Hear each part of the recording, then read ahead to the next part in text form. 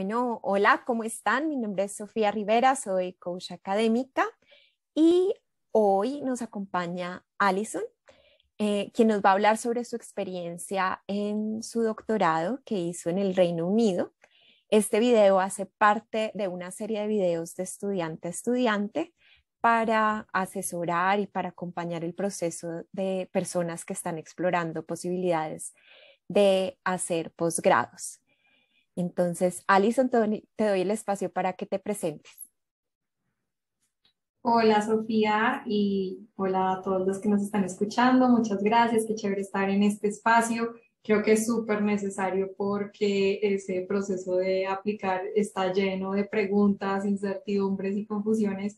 Entonces, pues como este tipo de apoyos, de servicios y también de contenidos digitales, pues sí que sirven para como saber que esas preguntas son preguntas comunes, que hay unas respuestas fáciles y pues como también crear ese compartir de la información que es tan útil. Entonces, gracias por este espacio. Bueno, mi nombre es Alison Benson, yo soy economista, hice una maestría en economía, trabajé en política pública y después de unos años decidí aplicar un doctorado en desarrollo internacional. Básicamente como temas de política pública aplicados o temas rurales o temas de desarrollo sociales, como un doctorado bien amplio en el London School of Economics, y fue entre el 2015 y el 2020 y ya llevo 2 años de regreso en Colombia trabajando también nuevamente en temas de política pública. Perfecto. Bueno, mil gracias. La primera pregunta es, ¿cómo elegiste tu programa? ¿Cuáles fueron algunos de tus criterios y por qué decidiste hacer un doctorado? Bueno, decidí hacer el doctorado porque siempre me ha gustado como todo el tema de la investigación. Yo iba y venía mucho en el tema de si quería dedicarme a ser investigadora y como vivir en el mundo académico, ser profesora de planta, etcétera. Y no estaba muy segura sobre eso, pero dije, el doctorado igual te abre esa puerta, pero también te puede abrir otras puertas. Entonces, creo que lo hice más por un tema como personal que por una orientación profesional ya muy definida. También hice cuentas de, pues a los 25 años, cuántos años le quedaban a uno de trabajar si es que iba a pensionarse algún día, y me pareció pues que en ese como horizonte de tiempo, pues tener el chance de dedicar 4, 5, 6 años a investigar, a pues realmente a como leer, escribir, creo que es un privilegio. Pues en ese sentido me pareció intentar como lanzarse a ver si salía la oportunidad, pues también conociendo que los chances de que uno lo reciban, etcétera, pues tampoco eran tan certeros, pero pues valía la pena hacer el intento. Entonces, eso fue como la motivación. Luego, el tema en qué hacerlo, descarté un poco el hacerlo en economía pura. Sentía que no era lo que quería, como volver a ver todos esos 4 o 5 años de carrera, pero con profundidad, sino que me interesaba más aprender de otras disciplinas, de otras formas de investigación, todo lo que fuera cualitativo, cosas que tuvieran que ver más con temas de geografía, de política. Entonces busqué como un doctorado que fuera un poquito como más interdisciplinario, y pues eso ya iba cerrando como la posibilidad o la cantidad de alternativas. Entonces estuve aplicando a doctorados en política pública y a doctorados en desarrollo. Eso fue como los temas que buscaba. Y pues ya en el ejercicio de mirar qué universidades, eso también es un aspecto como muy amplio de búsqueda. Entonces recuerdo muy bien, esto fue en el 2014, hice una matriz que tenía un montón de columnas y era como universidad, facultad, programa, qué cosas me gustan, qué cosas no me gustan, qué profesores hay, qué orientaciones prácticas tiene el programa, qué centros de investigación hay, como que hacía una tablita para empezar a llenar cuáles eran las que más me gustaban. Y recuerdo que en ese ejercicio siempre tenía como muy presente cosas que había leído que recomendaban como no poner todos los huevos en la misma canasta, sino como tener una diversidad de programas. Entonces, universidades súper top, Harvard, etcétera, pero también unas universidades que uno diera, bueno, los chances de pronto ya no son 1 en 1 millón de entrar, pero que el programa te, pues pareciera interesante. también una mezcla de programas, no solamente en Estados Unidos, sino también en Europa. Y bueno, así hice como mi matriz de candidatos y finalmente terminé aplicando a 10 universidades, lo cual suena como una cosa ridícula, pero también como que las recomendaciones suelen ir de que por allá es un número como a lo que uno debería apuntar, dado los bajos chances de ser admitidos. Perfecto. ¿Nos puedes contar un poco cómo fuiste admitida en diferentes programas y por qué elegiste el London School of Economics? Bueno, yo de esas 10 solamente pasé en 2, lo cual igual creo que estuvo súper bien, me doy por muy bien servida. Y pues ya el tema de elegir en qué universidad, yo creo que es algo que uno también tiene que hacer más como desde el punto de vista como de vida y de persona y experiencia, y no solamente por lo académico, porque pues un doctorado, obviamente tú durante 4 años vas a ser un estudiante de doctorado, pero también vas a hacer muchas otras cosas. Entonces yo decía, no me imagino viviendo en un pueblo pequeño, como no sé, siendo Bogotá, etcétera. Creo que la dinámica de ciudad me gusta. Entonces, por ejemplo, por supuesto que vivir en Londres pues era como una cosa maravillosa, como llena de expectativas. Entonces creo que eso también pues terminó valiendo como puntos. El profesor que me había admitido ya lo conocía, había ido a comer con él, entonces como que también ya había como una relación para construir de ahí. Era un profesor que sabía mucho de Colombia, había hecho investigaciones sobre Colombia, entonces eso también me decía como importante porque la relación entre el asesor y el estudiante va a marcar la naturaleza y tu experiencia en el doctorado. Y pues también el tema de, digamos que los costos de los programas y el tipo de financiamiento que te ofrecían unos o los otros. Entonces, esas fueron las características para elegir LSI y pues no me arrepiento ni un segundo de haber elegido ese programa, esa ciudad, etcétera. Fue muy bien. ¿Nos puedes hablar sobre la financiación? ¿Cómo financiaste tu programa? Bueno, yo estaba trabajando en el Departamento de Planeación Nacional, en el DNP, y el DNP es de las pocas entidades del gobierno que tiene una beca especial. Realmente es un crédito beca con el ICETEX y es una alternativa para financiar estudios tanto maestría como doctorado para las personas que trabajan en planta, en planeación, atado a unas condiciones específicas para volver al país. Mejor dicho, esto es un crédito y te cubre tanto matrícula como manutención, y después hay una serie de requisitos que tú empiezas a cumplir y basado en eso te van condonando ciertos porcentajes. Entonces, si vuelves a Colombia, te condonan 30%, si vuelves a trabajar con el sector público, otro poco, si publicas en revistas indexadas, otro poco, etcétera, y así va subiendo, pues al final y al cabo uno termina pagando algo, pero pues obviamente que es una cosa maravillosa. Y pues, digamos, también chévere como un poco el espíritu de la beca de apuntar a que ese conocimiento pues retorne al país y aporte al país. Entonces, esa fue la beca. Perfecto. ¿En la universidad tenías posibilidades también de enseñar o de tener ingresos adicionales o ese recurso que tenías de este crédito beca fue suficiente durante todo el periodo de estudios para vivir con tranquilidad en Londres o cómo fue tu experiencia? Pues en la beca te dan la manutención que los programas como que estiman, que eso dice como vivir en tal ciudad más o menos cuesta tanto y ya, eso es lo que te dan.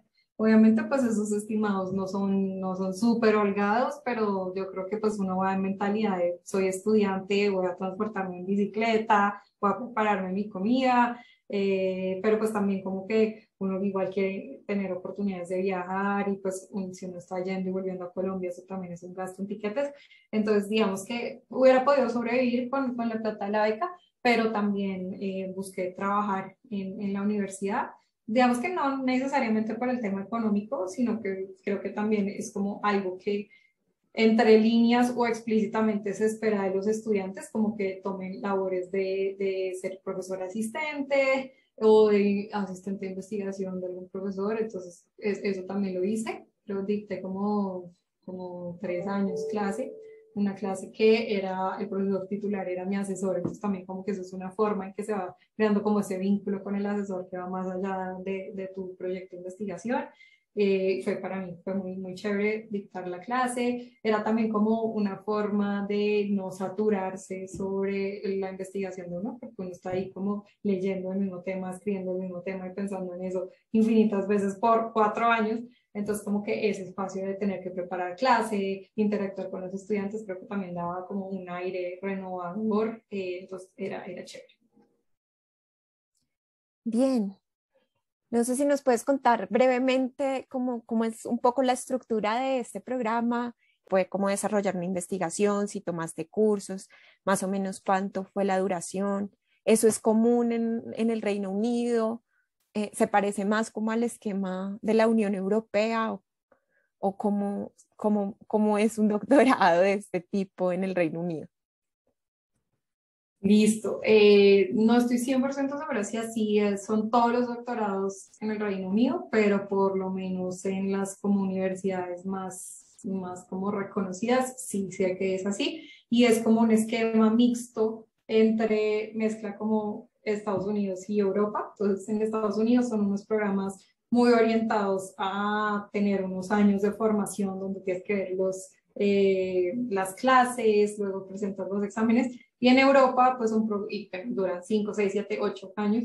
En Europa ya son programas mucho más enfocados a la investigación, donde esperan que además tú llegues con ya una idea de investigación, incluso adelantado un poco, como no, al menos como tener claridad desde la metodología, los datos disponibles, etc.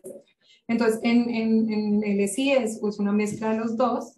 De hecho, ellos lo llaman como 1+3, entonces como un año de clases, de hecho se llama Master in Research, y después 3 años de investigación.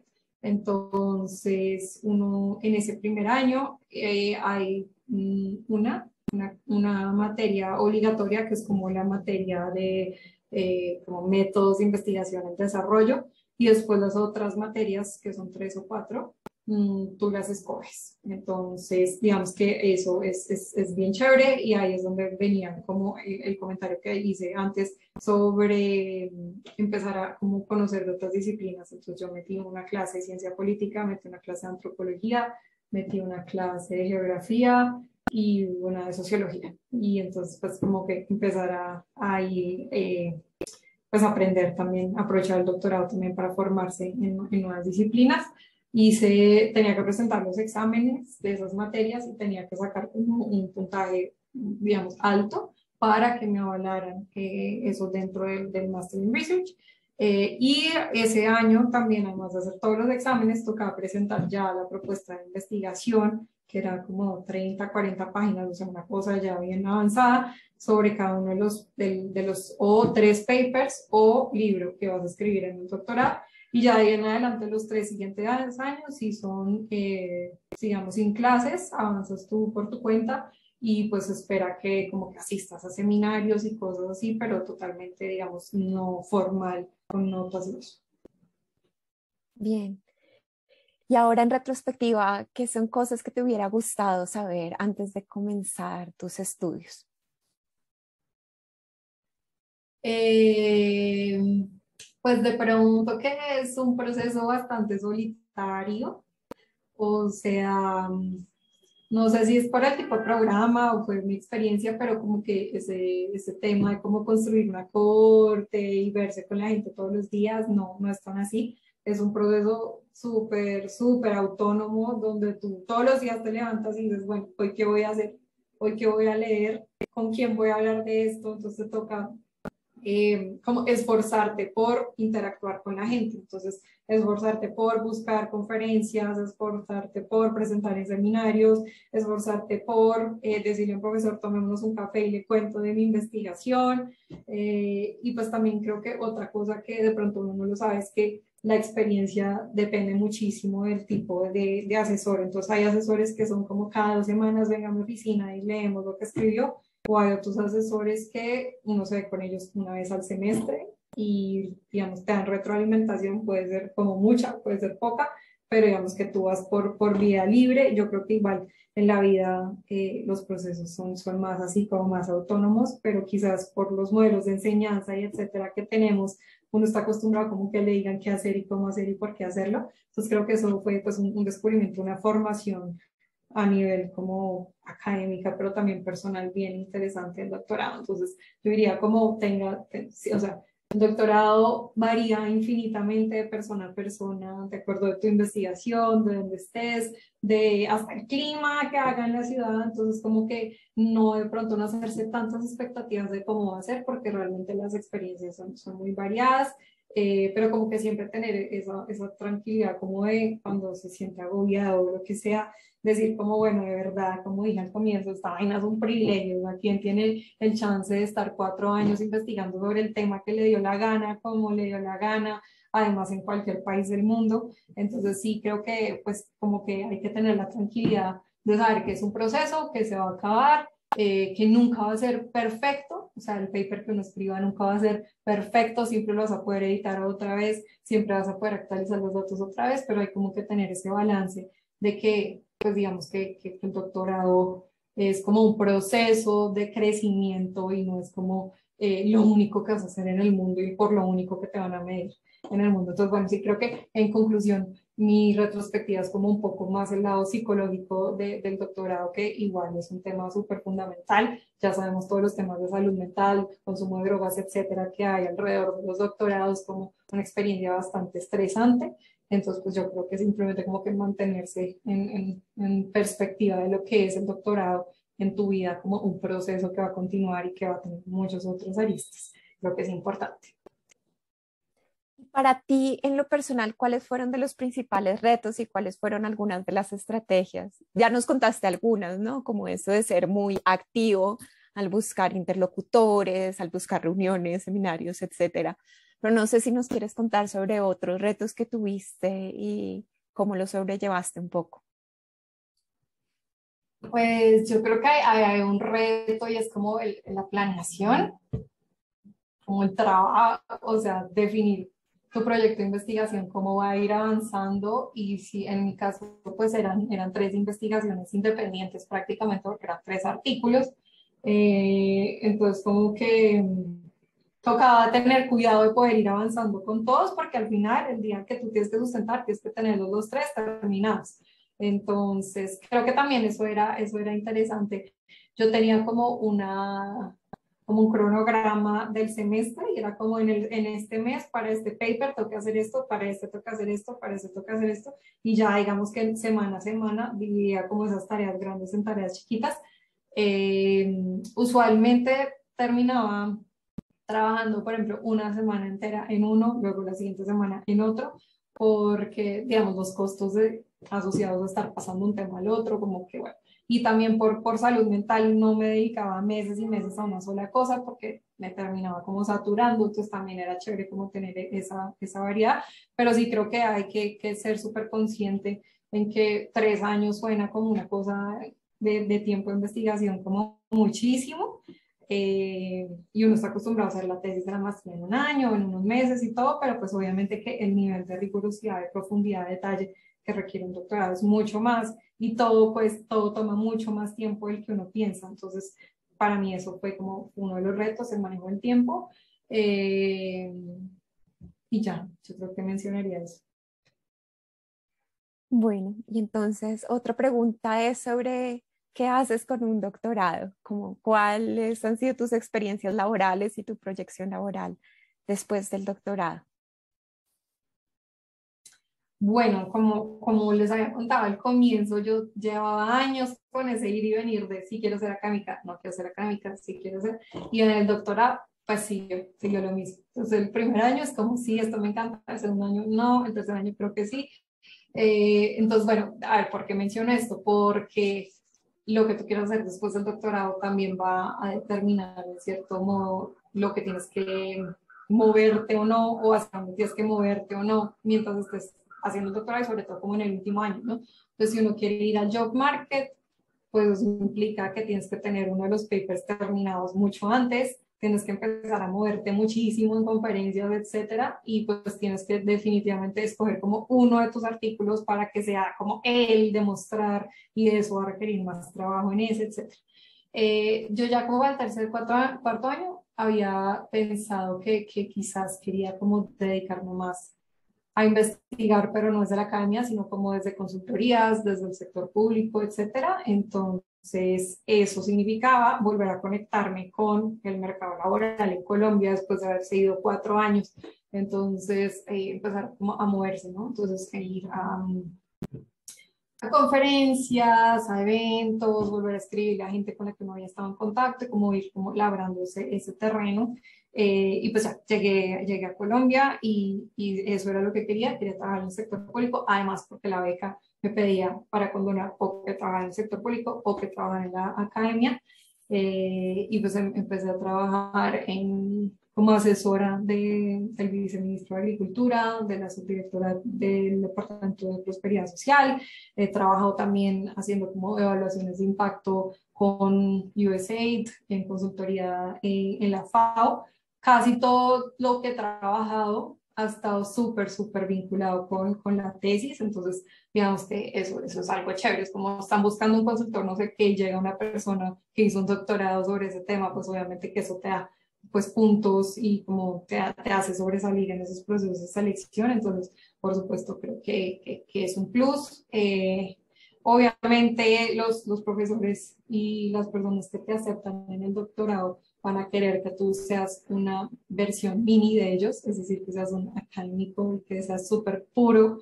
Eso es una cosa como, yo no sé cómo llamarla, pero como que hay un ethos ahí en la comunidad académica como muy cerrado, entonces de pronto yo no era tan abierta durante el doctorado en decir como no, yo quiero hacer política pública, no, trataba como de, como, no sé, ser un poquito más prudente porque también uno no sabe qué oportunidad le va a salir o qué profesor le va a decir porque no aplica a esta universidad. Entonces creo que también eso es un poco el mensaje, como estar abierto a diferentes trayectorias, pero sabiendo que pues hacer un doctorado no significa que tú el resto de la vida vas a ser un profesor, un investigador, sino que esas también son cualidades que el mercado laboral privado, de cooperación y público, pues también valora. Alison, y tú suenas súper organizada desde la matriz que diseñaste, cómo organizaste tus tiempos y todo. Y bueno, hoy también nos traes un regalo, ¿no? Un texto que escribiste sobre cómo aplicar a doctorados. ¿Quieres hablarnos brevemente sobre este texto? Sí, lo encontré hace un par de días en mi correo escrito en el 2014, pero creo que ahorita lo estaba leyendo y creo que todo es como se llama como 10 tips para aplicar al doctorado, que muchos además sirven para maestría. Cosas súper prácticas como, oiga, el tema de sacar los certificados de notas, traducirlas y certificarlas y mandarlas le puede tomar 1 mes y medio, entonces no deje eso para las últimas 2 semanas, o temas como el tipo de recomendadores que debe buscar, como son tipsitos así como súper sencillos, pero como, digamos, desde adentro, entonces tienen como ese valor. Entonces, ahorita se lo mando a Sofía para que, pues, quien quiera acceder a ellos pueda encontrar esos tips y, pues, retroalimentarlos y complementarlos también si quieren. Y si hay personas que quieren contactarse contigo o te quieren seguir en redes, ¿cómo pueden hacerlo? Claro, en Twitter mi usuario es Alison raya abajo Benson raya abajo. Así es. Entonces ahí disponible para cualquier duda o a través de Sofía también. Y bueno, pues como les decía, en este proceso de doctorado de aplicaciones, todo, digamos, la retroalimentación y comunicación con otras personas sí, es bastante importante. Entonces, desde escribirle a estudiantes que de pronto estén en ese programa y sean de Latinoamérica, entonces uno como que pueda acercarse a ellos a decirles, venga, esto cómo es, cómo es su experiencia, cómo son los profesores, cómo la vida en tal ciudad, creo que son como cosas que son útiles y como que en la comunidad de las personas que han pasado por eso, como que hay cierto como disposición a compartir las experiencias. Entonces yo creo que eso es algo que se puede hacer, que se debería hacer y pues agradecerle a Sofía por aportar a esos propósitos también con estos espacios. Alison, mil gracias por acompañarnos. Y bueno, a todas las otras personas que nos escuchan, gracias por escucharnos y por favor no olviden suscribirse al canal para recibir notificaciones sobre otros videos. Gracias, chao. Muchas gracias. Chao.